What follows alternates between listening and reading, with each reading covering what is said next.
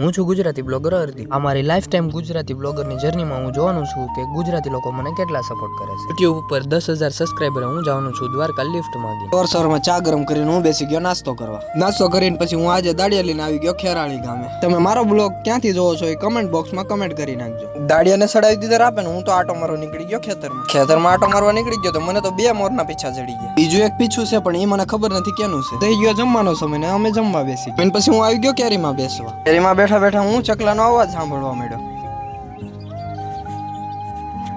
હવે તો વાગી ગયા 5 ને દાડિયાનો થઈ ગયો ટાઈમ રજા પડવાનો. દાડિયાને ઉતારીને હું આવી ગયો ઘરે આવીને મને લાગી ગઈ ભૂખ એટલે મેં નાસ્તો કરી લીધો. નાસ્તો કરીને પછી હું આવી ગયો વિપુલ કાકાની દુકાનેથી દૂધની થેલી લઈને હું આવી ગયો ઘરે જમવા. જમીન પછી હું આવી ગયો હનુમાનજી મહારાજના મંદિરે બેસવા. ભાઈબંધો આરા ઘડી ગપ્પા મારીને મારે તો વિડીયો એડિટિંગ કરવાનો એટલે હું પછી વહી ગયો વિડીયો એડિટિંગ કરવા. વિડીયોમાં ન હોય તો સબસ્ક્રાઇબ ને ફોલો કરવાનું ભૂલતા નહીં. મળીએ કાલના બ્લોગમાં. રાધે રાધે.